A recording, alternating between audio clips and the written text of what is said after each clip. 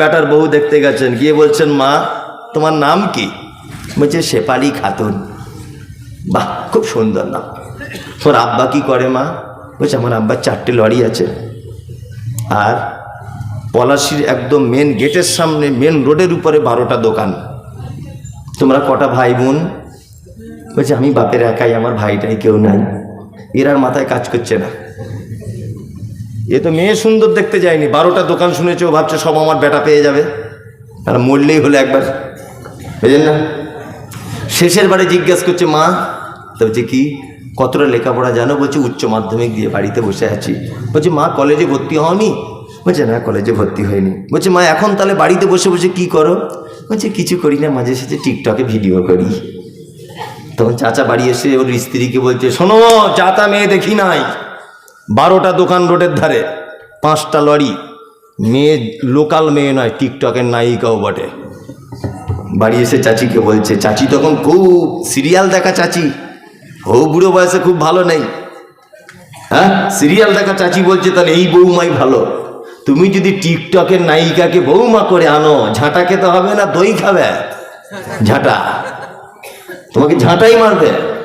নবীজি বলেছেন তুমি একজন দ্বীনি শিক্ষায় শিক্ষিতা নারীকে তুমি যদি বিবাহের জন্য বৌমা হিসাবে নির্বাচন না যদি করো, সমাজে ফিতনা সৃষ্টি হবে, মারামারি লাগবে, সংসারে অশান্তি অরাজকতা দেখা দেবে।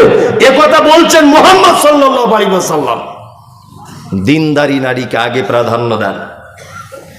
আর সত্যি দিনদারি মেয়ের দাম আছে, বললে হবে না। আমার তো মহিলা মাদ্রাসা আছে, সোশ্যাল মিডিয়া দেখেছে, কত ডাক্তার মাস্টার উকিল ফোন করছে, হুজুর একটা মেয়ে দেখে দেন না মাদ্রাসা থেকে। আর আমিও সেরকম লোক, দেখে দিতে পারি 1 লাখ টাকা লাগবে, 1 লাখ। মেয়ের বাপকে তো দিতে হবে না, তোমাকে লাগবে আমার মাদ্রাসায় ডোনেট 1 লাখ, তবে ভালো মেয়ে পাবে। কেন অন্য জায়গায় মেয়ে ভালো পাচ্ছ না এখন? আমি বলে দিচ্ছি, মেয়ে এখন মাদ্রাসায় পড়ানো ছাড়া মেয়েকে আর ভালো রাখা যাবে না। বর্তমান যে সমাজ হয়েছে, ভালো রাখা সম্ভব বলুন? পিছনে পিছনে ঘুরবেন আপনি আপনার মেয়ের, আমি আমার মেয়েকে ভালো রাখতে পারবো না, কোনো সম্ভব নয়। বিনীত অনুরোধ, পিতামাতার সঙ্গে খারাপ ব্যবহার করিয়েন না ভাই, আখেরাত হারিয়ে যাবে। আখেরাতের দিককে লক্ষ্য রাখবেন, পিতামাতার সঙ্গে সেবা করবেন, যত্ন করবেন। শীতের দিনে কম্বল চাদর যেটা লাগবে এনে দেবেন, যেটা খেতে চায় মা, মায়ের পিছনে খরচা করবেন। পৃথিবীর উত্তম খরচা করার জায়গা হচ্ছে এটা। চলুন, তারপরে লোকমান হাকিম তার বেটাকে আরো অনেক কথা বলছেন, আমি সেগুলো বাদ দিয়ে মাঝখানে 2টো আয়াত বাদ দিয়ে তারপরে বলছি। লোকমান হাকিম তার বেটাকে বলছেন, ইয়া বুনাইয়া আকিমিস সালাতা ওয়া'মুরু বিল মা'রুফ ওয়া নাহি আনিল মুনকার ওয়াসবির আলা মা আসাবাকা ইন্না যালিকা মিন আজমিল উমুর। বেটা সালাত আদায় করবে, নামাজ পড়বে। কি করবে? নামাজ পড়বে। নামাজ পড়েন তো আপনারা? পড়ছেন? 5 ওয়াক্ত পড়ছেন তো? হয় কারা 5 ওয়াক্ত কারা? হ্যাঁ, আমি সব বলছি, হবে তো শুরু করেছি এবার, আপনি থামুন। কি দিই দেখুন ওষুধটা, হোমিওপ্যাথি ওষুধ দাদা। তার মানে নামাজি আছে অবশ্য, কিছু কম আছে, তাই না? কম। আমাদের বাজারে 4-5 কোয়ালিটির নামাজি দেখতে পাওয়া যায়। 1, জোহরে যায়, আসরে যায়, মগরিবে টাইম পায় না, এর সাথে খুব ব্যস্ত, ফজরে ঘুম ভাঙে না, এরকম আছে না? আচ্ছা। 2, শুধু জুম্মার দিনে যায়। 3, ঈদুল ফিতর, ঈদুল আজহা। 4, 5 ওয়াক্তই যায় না জেনে পড়ে। যদি বলছেন 5 ওয়াক্ত পড়ে না জেনে, মানে বুঝলাম না। চাচা কত বছর নামাজ পড়ছো বাপ? বলছে বাপ 25 বছর হয়ে গেছে আজকে। 25 বছর? বলছে হ্যাঁ। দোয়ায় কুনুতটা বলো তো। বলছে বাপ অত বড় দোয়া মুখস্থ করতে পারিনি বাপ, একদম মুখস্থ নেই। আচ্ছা রুকু থেকে উঠে কি বলে? বাপ ওটাও নাই। সেজদাতে গিয়ে বাপ অত কিছু জানি না, তবে 25 বছর নামাজ পড়ছি। বুদ্ধি কম, বয়স বেশি হয়েছে, চোখে কম দেখি। চোখে কম দেখে, বুদ্ধি কম। কোনো দোকানদার 2 টাকা কম দিকতে দেখি, কি করে বুঝতে না পারে? হ্যাঁ, মাঠে গিয়ে পরের জমির আল কেটে কি করে জমি বাড়াতে হয় সেই জ্ঞান আছে ওর, ও দুয়া জানে না, তাই না? এক পাক্কা চিটার ধরনের লোক, বাটপা। যদি বলছেন কেমন, এই দেখুন এই লোকটা আবার কত ডেঞ্জারাস, দেখুন এতদিন এটা আপনাকে কেউ বলে দেয়নি। 25 বছর নামাজ পড়ছে, দুয়ায় কুনুতে এরকম করছে। আচ্ছা তুমি দুয়া জানো না, ঠোঁট লাড়াচ্ছ কেন? এটা তো একটা যুক্তি, যুক্তি কি যুক্তি নয় বলুন? রুকু থেকে উঠে দোয়া বলতে হয়, তা তুমি যখন দোয়া জানো না তাহলে তুমি চুপ থাকবে, তাই না? তুমি ঠোঁটটা নাড়াচ্ছ, কি বলো? তার মানে আল্লাহর সাথে পর্যন্ত ধোঁকাবাজি করছে মসজিদের ভিতরে। ঠিক বলছি না ভুল বলছি? এরকম লোক আছে না নেই? আচ্ছা, তোমার সব জ্ঞান টনটনে আর দুয়ার বেলা পারো না। হ্যাঁ, গোলাম হোসেন, বেশি দিন এরকম ভাবে চলবে না। 2 দিন 5 দিন 30 দিন 40 দিন লাস্ট নামাজ হয়ে যাবে, তারপর থেকে আর হবে না। বিনীত অনুরোধ, ছেলেকে বলুন একটা বাজার থেকে সঠিক দুয়ার বই কিনে এনে দিতে, অন্তত বইগুলো পড়ুন, অন্তত পড়ুন বইগুলো। বই এক অক্টে যায় আর এক অক্টে যায় না, ভালো করে বুঝবেন। আর একটা কথা মাঝখানে বলে রাখছি, এ কথায় আমার কে রাগ করলেন আর কে আমাকে দাওয়াত করলেন ওটা আমি বেশি কিছু ভাবি না। ইদানিং আমাদের অনেক মসজিদ কমিটিতে যারা আছে এদেরকে দেখা যাচ্ছে যে এরাও কিন্তু অনেক মানুষ থাকে বেনামাজি, থাকে না? থাকে। এদেরকে কাল সকাল হতে হতে, যদি আপনাদের এখানে সেরকম থাকে, কাল সকালই মিটিংটাকে বাদ দিয়ে দেন। কারণ আল্লাহ কমিটি নির্বাচন করেছেন পবিত্র আল কোরআনে। আল্লাহ দেখুন, ইমাম সাহেবের গলার সুর ভালো হবে কিনা এটা আল্লাহ বলেনি, ইমাম সাহেব দেখতে কেমন হবে এটা আল্লাহ বলেনি, ইমাম সাহেবের যোগ্যতা কতটা থাকবে এটা আল্লাহ বলেনি, কিন্তু আল্লাহ বলেছে মসজিদের কমিটি যারা হবে, যাদের কমিটি বা এর পরিচালনার দায়িত্ব থাকবে, তার প্রথম গুণ হচ্ছে সালাত আদায় করবে, 5 ওয়াক্তে নামাজ পড়তে হবে তার। আর আপনি যদি নামাজ না পড়ে থাকেন, কাল সকালেও তো আপনি রিজাইন দিয়ে দেন, কিন্তু এটা আপনার কাছে অনুরোধ, সকাল হতে হতেই যে ভাই খাতাপত্র ধরো, আমি নামাজ পড়তে পারছি না, আমি আল্লাহর ঘরের অন্তত দায়িত্বে থাকবো না, আমি ক্লাবের দিকে থাকবো, আমি অন্য কাজে থাকবো, আমি ওই কবরস্থানে থাকবো, আমি ওই জলসা কমিটিতে থাকবো, আমি মসজিদে থাকবো না। আল্লাহ পর্যন্ত নিষেধ করেছে থাকা। আমি মমতাজুল ইসলাম এটা বলছি না, আল্লাহ বলেছে। সূরা তাওবাটা খুলে দেখুন, আছে না নেই? আছে? আর জিজ্ঞেস করুন, সূরা তাওবাটা খুলুন, আছে। বিনীত অনুরোধ, সালাত বাধ্যতামূলক ইবাদত। যারা বলছে জোহর পড়ি, আসর পড়ি, এশা পড়ি, ফজরে যাই না, ঘুম ভাঙে না, তাই এরা বেনামাজিদের তালিকায়। যদি বলছেন কেমন করে, আপনাকে বলছি, আমার বেটা মাধ্যমিক পরীক্ষা দিবে, 4টে বিষয় পরীক্ষা হবে, 3টেতে 100 নাম্বার পেয়েছে। আচ্ছা বলুন তো দেখি, একটা যদি 0 পায়, রেজাল্ট যেদিন বার হবে পাস না ফেল? ফেল। জোহরে গেছে 100 নাম্বার, আসরে 100 নাম্বার, মাগরিবে 100 নাম্বার, এশাতে 100 নাম্বার, ফজরে ঘুম ভাঙেনি তাই যায়নি, ফেল। কি বললাম বুঝলেন? 2, যারা শুধু জুম্মার দিনে যায় এদের খুব কঠিন বিপদ, এদের থাকার জায়গা জাহান্নাম। যারা শুধু জুম্মার দিনে যায়, যদি বলছেন আপনার কি বাপের জান্নাতটা ঠিক এলো আছে, হ্যাঁ পাগল, আমি বলিনি, কোরআন বলছে। কোরআন কি বলছে? কোরআন বলছে ফাওয়াইলুল লিল মুসাল্লিন, ওয়াইল নামক জাহান্নাম ওদের জন্য, আল্লাযীনা হুম আন সালাতিহিম সাহুন, যারা সালাত আদায় করে অস্বস্তি সহকারে, আল্লাযীনা হুম ইউরাউন, যারা লোক দেখানোর কারণে নামাজ পড়ে। জুম্মার দিনে শুধু যায় মানে এটা বুঝে নিতে হবে বাজারে 5 জন দোকানদার, 4 জন যাচ্ছে, আমি যদি না যাই মান সম্মানের ব্যাপার। ও তখন লোক দেখানোর উদ্দেশ্যে ঝাঁপ নামিয়ে দিয়ে মসজিদে চলে এসেছে।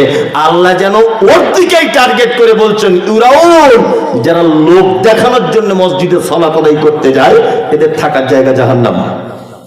আছে তো কোরআন, এটা জিজ্ঞেস করুন। তা আমি শুধু অনুবাদ করে দিচ্ছি আপনাকে বাংলাতে।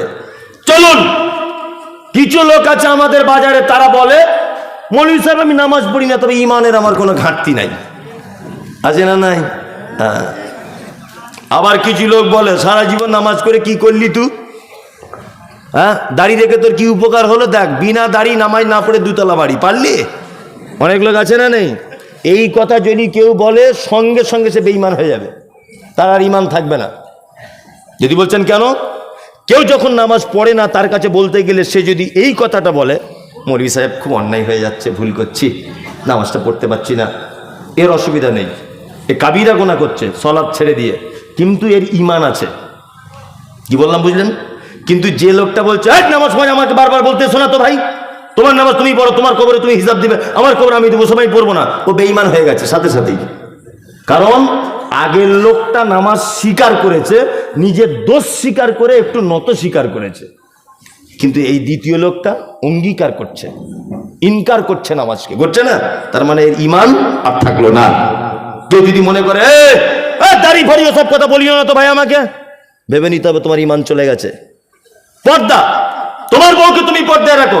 মৌলভী সাহেবদের ইনকাম কম, ওই জন্য একটা বড় খায় 4 বছর চালায়, ওর বউরা সব বড় কাপড়ে পর্দা করবে, আমাদের ইনকাম বেশি, নিত্য নতুন ড্রেসপত্র পড়বে। যদি কেউ এই কথাটা বলে দেয় তাহলে তার ইমান চলে যাবে। তোমার বউ পর্দা করতে পারছে না, এটা তুমি লজ্জিত হয় তুমি বলো যে আমি করতে পারছি না মৌলভী সাহেব, দোয়া করবেন যাতে আগামীতে করতে পারি, এটা আলাদা বিষয়। তুমি ইনকার করতে পারবে না। খুব সাবধান। সালাত বাধ্যতামূলক কি ইবাদত, এই ইবাদত ছাড়া কোনো মানুষ জান্নাত যেতে পারে না। যে লোক বলছে নামাজ পড়ি না, ঈমান ঠিক আছে, আমি মুমতাজুল ইসলাম বলছি তোমার ঈমান আছে, তবে তোমার ঈমানে পোকা লেগেছে। স্প্রে করতে হবে, সরিষা যে আলু যেমন স্প্রে করে, তোমার ওখানে স্প্রে করতে হবে, তাছাড়া তোমার ঈমান পুরোটাই নষ্ট হয়ে যেতে পারে। নামাজ পড়বে না, তার জান্নাত নাই। আল্লাহ তাআলা বলেন মা সালাকাকুম ফি সাকার, একজন সাকার নামক জাহান্নামীকে জিজ্ঞাসা করা হবে তুমি কেন সাকার নামক জাহান্নামে এসেছো? সে তখন বলবে ক্বালু লাম নাকু মিনাল মুসাল্লিন, সব ভালো কাজ ছিল ভাইরে, শুধু নামাজ পড়িনি তাই। তার মানে নামাজ না পড়লে থাকার জায়গা জাহান্নাম। পশ্চিম বাংলার একজন বিখ্যাত আলেম, নাম হলো আব্দুল হামিদ ফাইজি আল মাদানী, নাম শুনেছেন? আব্দুল হামিদ মাদানী নাম শুনেছেন? 200-র কাছাকাছি বই লিখেছেন। যদি আপনার বাড়িতে বইটা থাকে, পৃষ্ঠার নাম্বার বলছি, কাল সকালে দেখে নেবেন। বইটির নাম হচ্ছে জানাজা দর্পণ। কি বই? জানাজা দর্পণ। এই জানাজা দর্পণ নামক বইয়ে আব্দুল হামিদ মাদানী সাহেব কাদের জানাজা পড়া যাবে আর কাদের যাবে না এই ব্যাপারে লিখতে গিয়ে তিনি বলছেন, কোন লোক যদি সালাত আদায় না যদি করে, তার জানাজা যদি কেউ পড়তে পারে, তবে যেন দুয়াটা না করে। কি বললাম বুঝলেন? কোন বেনামাজি যদি মারা যায়, তার জানাজা যদি কেউ পড়তে পারে, যেন দুয়াটা না করে। কারণ আল্লাহুম্মা গফির লি হাইয়িনা ওয়া মাইয়িতিনা, আল্লাহ ক্ষমা করে দাও জীবিতদেরকে, ক্ষমা করে দাও মৃতদেরকে। অশাহিদিনা, আল্লাহ যারা উপস্থিত তাদেরকে ক্ষমা করে দাও, যারা অনুপস্থিত তাদেরকে ক্ষমা করে দাও, যারা বড় তাদেরকে ক্ষমা করো, যারা ছোট তাদেরকে ক্ষমা করো। আল্লাহ নারীদেরকে ক্ষমা করো, আল্লাহ পুরুষদেরকে তুমি ক্ষমা করো। এই যে দুয়াটা রয়েছে বন্ধুরে আমার, আল্লাহর ঘোষণা হচ্ছে এই মা সালাকাকুম ফি সাকার। একজন জাহান্নামীকে জিজ্ঞাসা করা হচ্ছে তুমি কেন জাহান্নামে আছো বলো? ও বলবে ক্বালু লাম নাকু মিনাল মুসাল্লিন, আমার সব ভালো কাজ, শুধু নামাজ পড়িনি। তার মানে অত্র আয়াত থেকে প্রমাণ হলো নামাজ না পড়লে তার থাকার জায়গা জাহান্নাম। জাহান্নাম যার ব্যাপারে আল্লাহ ডাইরেক্ট বলে দিচ্ছে। এইরকম কোন মানুষের জানা যায় যদি আপনি বলেন আল্লাহুম্মা গফির লি হাইয়িনা, আল্লাহ ক্ষমা করে দাও উপস্থিত মানুষদের, জীবিতদেরকে, ওয়া মাইয়িতিনা, আর যে মারা গেছে তাকে। জীবনে নামাজ পড়েনি তার জন্য যদি এই দুয়াটা করেন, তাহলে আল্লাহর উপরে চলে যাওয়া হয়ে যাচ্ছে না? আল্লাহ তো ঘোষণা করছে জাহান্নাম, আর আপনি বলছেন ওকে ক্ষমা করে দেন। এটা কেমন ব্যাপার হয়ে যাচ্ছে না? যাচ্ছে না। আমার কথা বলিনি, ওনার বই থেকে পড়ে এসে বলছি। তাহলে নামাজের কত গুরুত্ব বলুন তো, আছে না নেই? কোন মানুষ নামাজ ছাড়া জান্নাত যেতে পারবে? পারবে না। বিনীত অনুরোধ, কিছু করেন না করেন, অন্তত পক্ষে 5 ওয়াক্তের জামাত সহকারে নামাজটা পড়ব, ইনশাল্লাহ পড়ব। গাড়ি চালান তাই না, অনেক দূরে দূরে ভাড়া খাটতে যেতে হয়, এক সাইডে দাঁড় করিয়ে চট করে, আপনার তো ভালো সুবিধা, জোহরের নামাজ দেখছেন 4 রেখাত 2 রেখাত পড়ে নেন, আপনার তো খুব আরাম, তাই না? আসরের 4 রেখাত, গাড়িটা একটু বাম দিকে সাইড করে দিয়ে 2 রেকাত পড়ে নেন, আপনার ছুটি। সুন্নত পড়তে হবে না, কিচ্ছু পড়তে হবে না আপনার, শুধু আসরের 2 রেকাত কসর পড়ে নেন, আপনার ছুটি। জোহরের কিছুই পড়তে হবে না, শুধু 2 রেকাত কসর করে নেন আপনি। কি বলে, অন্তত মুসলিম থেকে যাবেন। বললাম বুঝলেন, অন্তত পক্ষে কি থেকে যাবেন? মুসলিমটুকু থেকে যাবেন আপনি, ইসলাম থেকে খারিজ হবেন না। খুব দুঃখ লাগে, আফসোস লাগে সত্যি, যে আমরা প্রত্যেক জায়গাতে জলসাগুলোতে এই মসজিদের উন্নতি করবে। কিসের উন্নতি? না আমাদের মসজিদের মার্বেল পাথরটা লাগাতে হবে, তাই। আচ্ছা বলুন তো, মাটির মসজিদে নামাজ পড়লে নেকি কম আর মার্বেলে পড়লে নেকি বেশি, এরকম কোনো ব্যাপার আছে? আচ্ছা তাই। তা আপনার মার্বেলের উপরে এত কেন আপনার টেনশন এসে? কই মসজিদের সর্দার সাহেব, মসজিদের ইমাম সাহেব, মসজিদের যারা পাক্কা মুসল্লি, তারা মিলিয়ে কই এটা তো বলে না, চলো প্রতিদিন আমরা টার্গেট করব 5 জন করে নামাজি বাড়াতে হবে, পাড়ায় পাড়ায় ঘুরি, চলো ভাই হাতটা ধরে বলি, তাহলে ইমাম সাহেবেরও লাভ হলো, তাই না?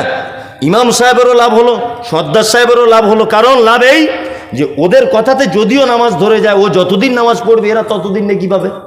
লাভ হলো না লস হলো? শুধু সিমেন্ট আদায় করতে ছুটছে সব জায়গাতে, আমাদের গ্রামেও তাই। কি বললাম, শুধু সিমেন্ট আদায়, বালি আদায়, রড দাও, পাথর দাও, মসজিদ বিশাল চিকচক ঝিকঝাক মার্বেল পাথর, জানো একেবারে নিজের ছবি নিজে দেখতে পাচ্ছে। ফজরে 3 জন, বলুন তো এই মসজিদের কোনো কোনো কদর আছে? হ্যাঁ নাই। হ্যাঁ, বিয়ে বাড়িতে গান বাজছে, ঢোল বাজছে, ও আজকে বুবুর হাসি খুশি, কালকে বুবুর বিয়ে, সব গান টান চলছে, কেউ ড্যান্স করছে, ডিজে বাজছে, সব রেডি, প্যান্ডেল মিষ্টি মেটাই সব চলে এসেছে, বর আসেনি।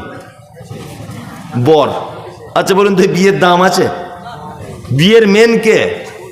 বর। বর না এলে বিয়ের দাম নাই।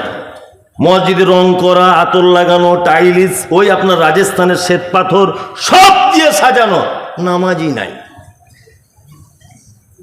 সব জায়গাতে। সব জায়গাতে, আপনাদের কথা বলছি না আমি একা, সব জায়গাতে এখন এই অবস্থা। এই অবস্থা নাই প্রতিটা জায়গাতে। তার মানে মানুষ একটা সহজ রাস্তা বুঝেছে। কি রাস্তা বলুন তো?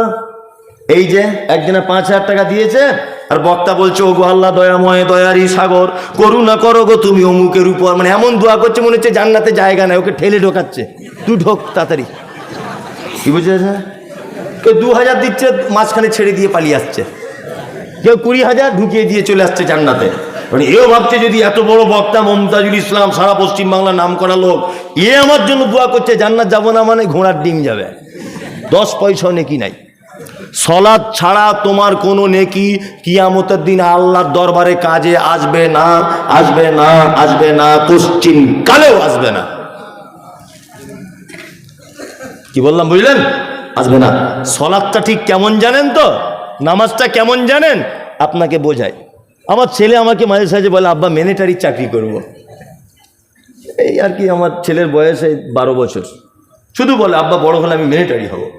আমি তা হবি হ, তো যদি শখ থাকে তাই হয়। 12 বছর বয়স, কিন্তু আমার থেকে আমার ছেলে এতটা আরো লম্বা বেশি, আর সেই চেহারা স্বাস্থ্য মিলিটারি মতোই লাগে দেখে আর কি, বাঘের বাচ্চা। তাই বলছি ঠিক আছে তুই মিলিটারি হ, তাহলে অসুবিধা নেই। ও তো বোঝে না ক বছর বয়সের। তা বোঝানোর জন্য বলছি, আমার ছেলে পরীক্ষা দিয়েছে, ধরে নেন রান করেছে মাঠে ফার্স্ট, একদম 1 নম্বরে। আমার ছেলে জাম দিয়েছে, আমার ছেলে ফার্স্ট।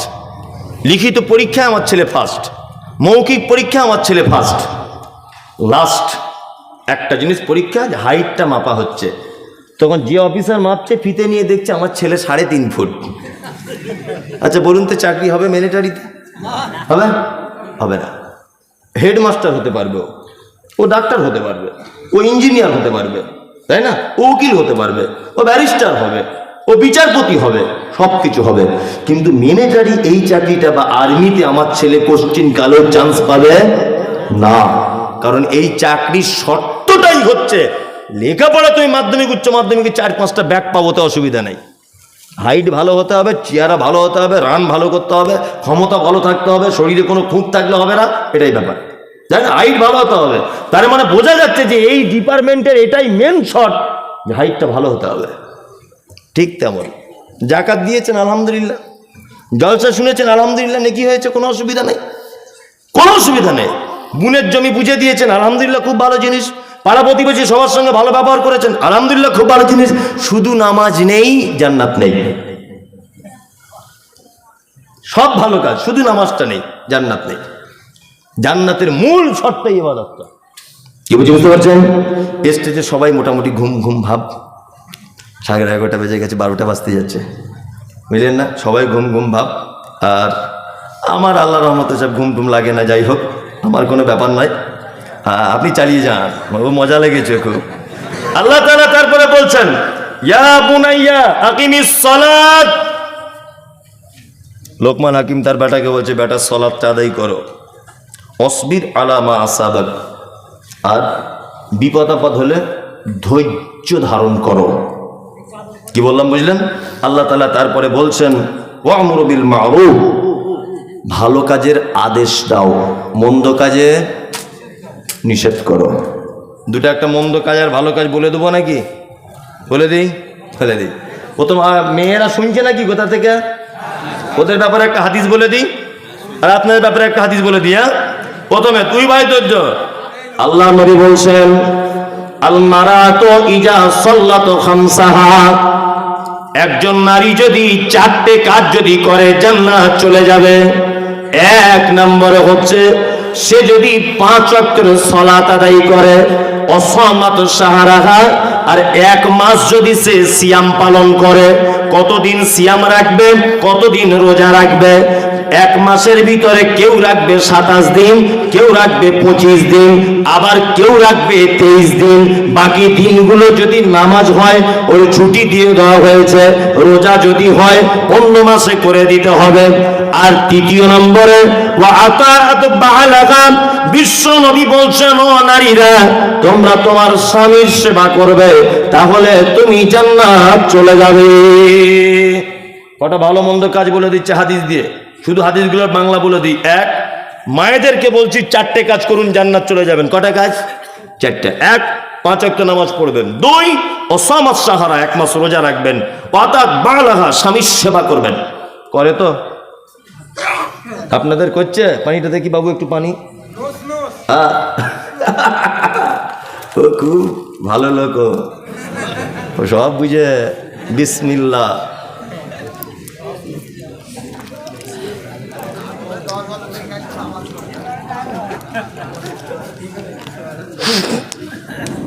আলহামদুলিল্লাহ, স্বামীর সেবা করবে। ওসব আমাদের ভালোবাসা প্রেম প্রীতির কথা বাদ দেন। বিশ্ব বরেণ্য নবী মুহাম্মদুর রাসূলুল্লাহ সাল্লাল্লাহু আলাইহি ওয়াসাল্লামের বিবিদের কাছে একবার যাওয়া যাক, যে তাদের বিবিদের সঙ্গে নবীদের কেমন ভালোবাসা ছিল। আম্মা জান আয়েশা বলছেন, যে গেলাসে আমি পানি পান করিতাম, পান করা হয়ে গেলে নবীকে দিতাম। দেখিতাম আমি অগণিজ নয়নেতে, ওখানে মুখ লাগায়া নবী পান করিতেন। গোস্ত খেয়ে হাড্ডি গুলো ফেলিয়া দিতাম, চুষে চুষে খেত নবী চোখেতে দেখিতাম। আম্মা জান আয়েশা বলছেন, আমি গেলাসে যে জায়গাটা মুখ লাগিয়ে পানি পান করেছি, গেলাসটা এরকম করে রেখেছি, আড়ালে আড়ালে দেখেছি আল্লাহর নবী ওই জায়গাটাতেই মুখ লাগিয়ে আবার তিনি পানি পান করতেন। আমাদের বাড়িতে যদি কখনো গোস্তের হাদিয়া আসতো, তাহলে আমি অল্প বয়সের নারী, গোস্ত ভালো চিবাতে পারতাম না, হাড্ডিটা গোস্ত সহ ফেলে দিতাম দস্তরখানে। আল্লাহর নবীকে দেখেছি ওই হাড্ডিটা আবার তুলে নিয়ে চিবিয়ে চিবিয়ে রস বার করে করে খেতে। এই ভালোবাসা আছে? নাই। আপনার বউ আপনার আঁটু খায়, হারামখোর সারাদিন যে বিড়ি টানে, ওর মুখের যা গন্ধ, ঠিক বলছি কিনা? ওর মুখে যা গন্ধ, ওর বউ থাকে কি করে সেটাই ভাবি। আশ্চর্য ব্যাপার। বাসে ট্রেনে তো উঠি না, নিজের গাড়িতে করে যাতায়াত করি, তো যখন বাসে ট্রেনে উঠতাম এই বিড়ি সিগারেট এসব যারা খেয়ে ওঠে, এত গন্ধ, পাশে থাকে কে? আঁটু খাওয়া তো দূরের কথা, তাই না? আর আম্মা জান আয়েশা কি বলছেন, যে গেলাসে আমি পানি পান করিতাম, পান কর হয়ে গেলে নবীকে দিতাম। দেখিতাম আমি অগণিজ নয়নেতে, ওখানে মুখ লাগাইয়া নবী পান করিতেন। গোস্ত খেয়ে হাড্ডি গুলো ফেলিয়া দিতাম, চুষে চুষে খেত নবী চোখেতে দেখিতাম। বিশ্ব নবী বলছেন ওয়া আতাআত বালাহা, ও নারীরা তোমরা স্বামীর সেবা করবে। ওয়া আহসানাত ফারজাহা, 4 নম্বরে শুনে নাও, তুমি তোমার লজ্জাস্থানের হেফাজত করবে। ফাতাদখুল মিন আই আবওয়াবিল জান্নাতি সাত, তাহলে জান্নাতের 8টা দরজার ভিতরে যে কোনো দরজা দিয়ে তুমি চলে যাবে, পৃথিবীর কেউ তোমাকে আটকাতে যাবে না, কেউ আটকাবে না। লজ্জাস্থানে হেফাজত, পর্দা করতে হবে। এই মেয়েরা করে নদিয়ায়, হ্যাঁ মনে হচ্ছে যেন জজ কোর্ট, সুপ্রিম কোর্ট, কোর্ট বসে না, আমাদের ওদিকে বসে। 4 জন এই জায়গায় বসে আছে রাস্তার উপরে, মেয়ে ছেলে এলে গল্প করছে। সব জায়গা আছে না, সব দরজায় দরজায় দেখছেন। তাহলে আমি মনের কথা বুঝতে পারছি কোন জায়গা কি ওষুধ লাগবে। সব ঘটনা ঘটছে কি করছে না, আর ওদের কাজই হচ্ছে। কি ব্যাপার, ও কথা বলছে কার সাথে? ওর বউকে গিয়ে বলছে, ভাবি ও খাদিজা ভাবি একটা কথা বলবো। ভাই মনে হয় কারুর পাল্লায় পড়েছে। এই যে বলে দিয়ে চলে গেল, সংসারের 12:30 বাজিয়ে দিয়ে গেল। কি বলছি বুঝতে পারছেন না? এদের কাজই হচ্ছে পিয়নগিরি করা, নারী জাসুসি করা। এইখানে 4 জন, ওইখানে 4 জন, ওইখানে 5 জন বসে বসে এর বইয়ের কথা, ওই মৌলবী ইমামের কথা, ওই অমুকের মা কি করে, ওই অমুকের বেটা কি করে, সারাদিন এই কথা, সারাদিন এই কথা না, এই কথা। মনে হচ্ছে পাড়ার রিপোর্টার। সব পাড়াতে, গ্রামে গ্রামে, প্রত্যেক পাড়ায় এইরকম একটা একটা নায়িকা থাকে, যে সবাইকে আবার পরিচালনা করে। সবার আগে কথা তার কাছে প্রথমে আসে। কি বললাম বুঝলেন না? এরকম আছে না নেই? আচ্ছা, হযরত মুহাম্মদ বোকা লোক ছিলেন না খুব জ্ঞানী লোক ছিলেন? জ্ঞানী লোক ছিলেন। নবীজি কি বলছেন? আল্লাহ নবী বলছেন, যে রাতে মিরাজ হলো বিশ্ব নবীজির, নবী বলে জাহান্নামে নারীদের ভিড়। একজন মহিলা বলে বিশ্ব নবীজিরে, কোন কারণে বেশিরভাগ যাব জাহান্নামে? প্রথম কারণ হলো অধিক নারীগণ, অল্প ধলেতে তাদের ভরে না গমন। দ্বিতীয় কারণ হলো অধিক নারীগণে আর ঝগড়াঝাটি বেশি করে নিজে স্বামীর সনে। তৃতীয় কারণ হলো শোনো সমাচার, না শুকরিয়া করে হোক নিয়ামত আমার। গীবত যে বেশি করে এক অপরের তরে, এহেন কারণে নারী যাবে জাহান্নামে। বিশ্ব নবী বলছেন, আমি মিরাজের রাত্রিতে রাস্তাতে অনেক ঘটনা ঘটেছে। আমি জান্নাতের ভিতরে দেখলাম শুধু যেন রিক্সা চালকেরা, ফুচকাওয়ালারা, ফেরিওয়ালারা, গরিব মানুষেরা, যাকে পাড়ার লোক তুচ্ছ মনে করত, যাদেরকে 10 পয়সা দাম দিত না, এই কোয়ালিটির মানুষগুলিকে দেখলাম জান্নাতের ভিতরে তারা সিট দখল করে আছে।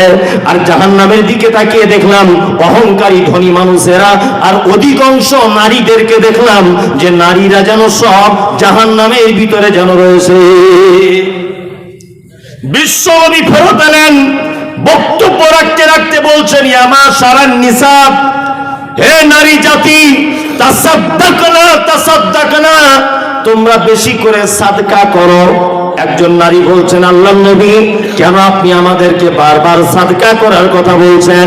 বিশ্ব নবী বলছেন, এই মাত্র তোমাদেরকে জাহান্নামে দেখে এলাম যে তোমাদের অধিকাংশ নারী জাহান্নামের ভিতরে রয়েছে। এক প্রথম কারণ হচ্ছে অল্প জিনিসে তোমাদের মন ভরে না। পরীক্ষা করে দেখবেন, ভরে না, ভরে না, ভরে না। ওর এত আছে তবুও বলবে নাই। এটা নারী। 2, স্বামীর অকৃতজ্ঞতা। সব সময়তেই অকৃতজ্ঞতা নেই, ও সব ভালো। সারা জীবন একটা প্রাণী আছে, যার খায় তার বদনাম করে, তার নাম নারী। বুঝলেন তো? 30 বছর আপনার সংসার করছে, 30 বছরে মাঠ থেকে একটা বড় কাঁঠাল এনে স্বামী স্ত্রী দুজনা দুপুরবেলাতে খেতে বসেছেন, কাঁঠালটা ভেঙে। তা আপনার বউকে বলুন, নাফিসার মা, আমাদের কাঁঠালটা কি মিষ্টি বলো। দেখবেন ও এক চান্সে বলবে তুমি যতই ফটর ফটর করো আমার বড় ভাইদের গাছের মতো মিষ্টি নয়। এটা বলবেই, এটা ওর চরিত্র। হ্যাঁ একদম, ও সব মেনে নিবে, বাপের বাড়ি বদনাম সহ্য করবে না। রাত্রের বেলা আজ কি পরীক্ষা করবেন? তোমার হাসি বাবা হিমামালানি ফেল, তোমার চোখ, তোমার মাথার চুল, তোমার গোলাপি কালারের ঠোঁট, তোমার হাতের রান্না, তোমার চলন, তোমার তাকানো, তোমার অভিমান, তোমার মুচকে হাসি আমাকে প্রেমে পাগল করে দেয়। সব ভালো, দেখবেন দিন দিন করে নাচছে, প্রশংসা করে দিয়েছেন। বালিশে মাথায় দেওয়ার আগে একটা কথা বলবেন, সব ভালো, তোমার আব্বারা লোক খারাপ। এইটা আজকে রাতে বলে দেখবেন, বুঝলেন তো? গামছা যদি থাকে গলায় দিয়ে টেনে জিভ বার করে দিবে, ও সব মেনে নিবে, বাপের বাড়ির বদনাম সহ্য করবে কখনই করবে না। এর নাম কি? নারী। মুহাম্মদ সাল্লাল্লাহু আলাইহি ওয়াসাল্লাম তারপরে বলছেন, শোনো নারী তুমি জাহান্নাম চলে যাবে গীবত পরনিন্দা করার কারণে। আমি এ কথা অনেক বলি, তাও আজকে বলে দিচ্ছি, সামাজিক অবস্থা বলে, যে আপনার বাড়িতে 4 জন পুরুষ মানুষ যদি ঢুকতে চায় ঢুকতে দেবেন। আপনার বউ বেটি একটু আলাদা ঘরে থাকবে, ঢুকে দরকার মিটিয়ে চলে যাবে, অসুবিধা নেই। আপনার বাড়িতে আপনার বউকে কাল সকালে বলে দেবেন যে পাড়ার কোনো মেয়ে ছেলে যেন আমাদের বাড়িতে যেন না দেখি। সংসারে যত অশান্তি, যত মারামারি, স্বামী স্ত্রী বিচ্ছেদ, এর একটা কারণ হচ্ছে পাড়ার অন্য বউদেরকে বাড়িতে ঢুকতে দেওয়া। সংসারে আগুন লাগানোর মাস্টারেরা, কি বললাম বুঝলেন না? ওই জন্য অন্য কোনো লোকের বউ আপনার বাড়িতে ঢুকতে দেবেন না। আপনার বউ রাস্তায় বসে থাকে কেন? আপনার নিজস্ব পার্সোনালিটি নেই, সম্মান নেই, আপনার গায়ে হাতে কাপড় নেই, ব্লাউজ পরে ওড়না নেই, কিছু নেই, রাস্তায় বসে বসে আর একটা মেয়ের সঙ্গে গল্প করছে। তা লজ্জা শরম মতো থাকা দরকার। রাস্তাঘাটে এরকম কেন? কাছে মসজিদ, কত মানুষ যাতায়াত করছে, বয়স্ক মানুষ, কত মানুষ নামাজ পড়ে বার হচ্ছে, আর তুমি বেহায়ের মতো রাস্তাতে মিটিং করছো বসে বসে। করিয়েন না এগুলো। আল্লাহ নবী সাল্লাল্লাহু আলাইহি ওয়াসাল্লাম নিষেধ করেছেন, রাস্তাতে বসতে, এমনি পুরুষ মানুষেরও নিষেধ, নারী তো দূরের কথা, পুরুষ মানুষেরও নিষেধ রাস্তায় বসা। খুব সাবধানে থাকবেন। ভালো কাজ বলে দিলাম, 4টে করবেন, 5 ওয়াক্ত সালাত আদায় করবেন, 1 মাস সিয়াম পালন করবেন, স্বামীর সেবা করবেন, লজ্জাস্থান হেফাজত অর্থাৎ পর্দা করবেন। স্বামী বাড়িতে নেই, আপনার মামাতো ভাই বলছে তোদের বাড়িতে বেড়াতে আসবো, একদম না। তোমার ফুফুতো ভাই আসতে চাইছে, তোমার বাড়ির স্বামী নেই, একদম আসা যাবে না, মাথায় থাকে জানো। তোমার দাদু বলছে যাব, আসতে পারে, নিজের দাদু হতে হবে। তোমার নানা বলছে আসবো, পারুলি তোদের বাড়ি যাব, তোমার নাচ জামাই বাড়ি নেই, কোনো অসুবিধা নেই, চলে আসতে পারে, নানা আসতে পারে। আপন মামা বলছে পারুলি তোদের বাড়ি যাব, বলছে তোমার জামাই বাড়ি নেই, কোনো অসুবিধা নেই, আপন মামা আসতে পারে, স্বামী বাড়ি না থাকলেও। স্বামী বাড়িতে নেই, বোনের বেটা আসতে একদম কোনো অসুবিধা নেই, আপন ভাই কোনো অসুবিধা নেই, আপন চাচা কোনো অসুবিধা নেই, নিজের ভাই কোনো সমস্যা নেই, আপন বাপ কোনো সমস্যা নেই। একটা গেঁড়াকল সমাজে চলছে, সেটা বলে দিয়ে যায়। আবার শাশুড়ি বলছে বৌমা হাগো, ছেলেটা বারবার আসছে, কে? বলছে আমার মামা হয়। কেমন মামা? বলছে আমার মা ওকে ভাই বলে ডাকে, পাতানো ভাই আমার মায়ের। তোমার পাছার চামড়া তুলে দিব, বিয়াদব কোথাকারে, পাতানো কুটুম মামা, পর্দা করা লাগবে, তুমি জানো না? জানো তুমি? পর্দার ব্যাপারে এত খাতারনাক, শুনে রেখে দেন, এগুলো পাড়া গ্রামে সমস্যা চলে। আমার স্ত্রীর বাচ্চা কাচ্চা হয়নি, অরিজিনাল নয়, বোঝানোর জন্য বলছি। তা আমি হসপিটাল থেকে 2 দিনের একটা বাচ্চা কিনে নিয়ে এসেছি। কদিনের? 2 দিনের বাচ্চা। ছেলেটা আস্তে আস্তে আস্তে আস্তে আস্তে বড় হয়েছে। আমার স্ত্রীর দুধ পান করেনি, আমার স্ত্রীর দুধ পান করেনি। আর দুধ ওর হবে কি করে, তো বাচ্চা আসেনি পেটে, দুধ পান করেনি। ও ফিডার খেয়ে পাপ্পু খেয়ে মানুষ হয়েছে। বাচ্চা ছেলেটা 2 দিন বয়স থেকে, যেদিন থেকে মা ভাষা শিখেছে, আব্বা ভাষা শিখেছে, আমার মাকে কিন্তু মা বলে ডাকে, আমার মাকে মা বলে ডাকে। আমার স্ত্রীকে মা বলে ডাকে, আমার স্ত্রী আবার ওকে বেটা বলে ডাকে। আমাকেও আব্বা বলে, আমি ওকে বেটা বলি। বলুন তো, ছেলেটার যখন যৌবন চলে আসবে, তখন ওই ছেলেটা আমার স্ত্রীকে মা বলে ডাকে, তারপরেও আমার স্ত্রী ওর সঙ্গে ডাইরেক্ট কথা বলতে পাবে কি পাবে না? পাবে না, হারাম, চলবে না। কি বলছি বুঝতে পেরেছেন কথাটা কত ইম্পর্টেন্ট? হ্যাঁ, ওই পুরুষ বা ওই ছেলেটা যদি আমার স্ত্রীর 1-2 ঢোক দুধ যদি পান করে নিত, তাহলে আর পর্দা থাকতো না, তাহলে ও বেটা হয়ে যেত। কিন্তু আমার স্ত্রী যে দুধ পান করায়নি, তার মানে বোঝা যাচ্ছে অনেক ছেলে বলে না যে ছেলেটা পুষেছে, ছেলেটা অন্য ছেলে মানুষ করছে, বলে কি বলে না, এ আমাদের বাড়ির ছেলের মতো। অত সহজ নয়। কে বলেছে তোমায় বেটার মতো? ওর সামনে পর্দা ফরজ করতে হবে, পর্দা। জামাই যদি হয় তাহলে শাশুড়ির পর্দার দরকার নেই। জামাই শাশুড়ি বেটার মায়ের মতো। পৃথিবীতে একটা মাত্র সম্পর্ক আছে যাকে কোশ্চিন কালে বিবাহ করা যায় না, হারাম। এক, সেটা হচ্ছে শাশুড়ি। আমার স্ত্রীকে বিয়ে করেছিলাম, 3 দিন পরে ডিভোর্স হয়ে গেছে। বোঝার চেষ্টা করুন, আমার স্ত্রীকে বিয়ে করেছি, 3 দিন পরে ডিভোর্স হয়ে গেছে।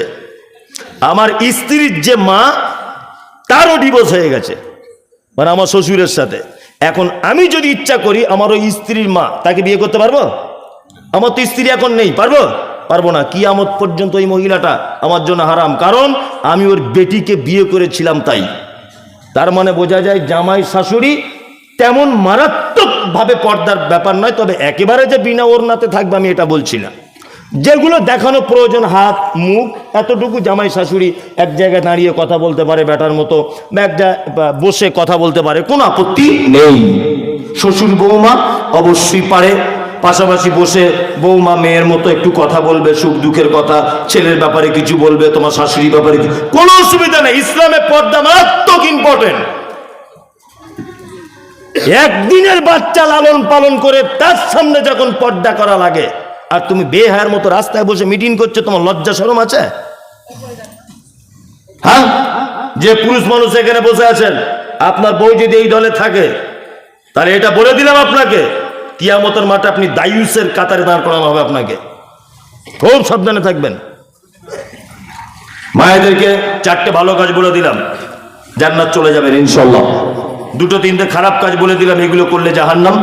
পুরুষ ভাইরা যারা আছেন, আপনাদের ব্যাপারে হাদিস বলতে গেলে অনেক বলা যাবে, কিন্তু আমি আর বলতে পারছি না। রাত্রি 12টা বাজে। মসজিদের, এটা মসজিদের না মাদ্রাসার আদায়ের জলসা? তো মসজিদের। আমি মুসাফির, শেষ বাক্যে আপনাদেরকে এতটুকুই বলবো। এতক্ষণ এলোমেলোভাবে, বিক্ষিপ্তভাবে অনেক বিষয় আপনাদেরকে আমি সচেতন করে দিয়েছি। আল্লাহ যারা আমরা এতক্ষণ শুনেছি, তুমি আমাদেরকে আমল করার তৌফিক দান করো, আমিন আমিন। এবার আপনাদের কাছে অনুরোধ, সর্বপ্রথম একটা জিনিস চাইবো, তারপরে আর একটা জিনিস চাইবো। এই মজলিসে অন্তত 10টা লোক বলুন যে আজকে থেকে নতুন করে নামাজ পড়া ধরবো। মৌলী সাহেব 10টা লোক বলুন দেখি। জলসা যারা দিচ্ছে এরা সব নামাজি তো? এই 5টা লোক বলুন দেখি যে আজকে থেকে নামাজ পড়া ধরবো। অত সহজ নয়। বলছে আর একটু বলুন না শুনি, তাই না? নামাজ পড়বে না। আপনি যখন নামাজই পড়বেন না, তার মানে ওই জায়গাটা আপনি পছন্দ করেন না। আমি আপনার কাছে টাকা চাইবো না, ইচ্ছা হলে আমার কাছে দিতে পারেন, ইচ্ছে না হলে না দিতে পারেন। আপনি ওই জায়গাটার প্রতি আপনার ভক্তি যখন নেই, আপনার টাকা নিয়ে কি হবে? ফালতু। ওই জায়গাটার প্রতি আপনার ভক্তি শ্রদ্ধাই নেই। একটা লোক বলুন এখান থেকে যে আজকে থেকে নামাজটা পড়বো আমি ইনশাল্লাহ। কেউ নেই। 200 টাকা চাইলে দিয়ে দেবো, নামাজ পড়বে না। কথাগুলো বাস্তব বলছি না অবাস্তব বলুন? একদম ভক্তি শ্রদ্ধা আপনার কম মসজিদের প্রতি। খুব অনুরোধ ভাই, নামাজটা পড়ুন, তাছাড়া জাহান্নাম হয়ে যাবে। যারা বসে আছেন, আপনি আজ থেকে পড়বেন আলহামদুলিল্লাহ। জলসা দিয়ে একজন অন্তত উপকার। আপনি পড়বেন আজ থেকে ইনশাল্লাহ। না ইনশাল্লাহ মানে গলত হয়ে যাবে। হ্যাঁ, মালুম মালুম। ও আজকে থেকে ধরবে তাহলে নাকি? ইনশাল্লাহ। যাক, তাহলে অন্তত 2জন নামাজি হলো।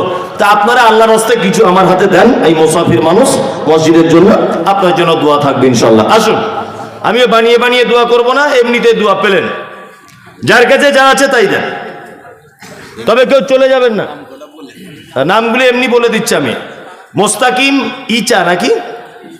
উনি ইচার ছেলে মোস্তাকিম 1000, আর রেশমা 500, নাসরুল 500, আর আনিজ 1000 টাকা।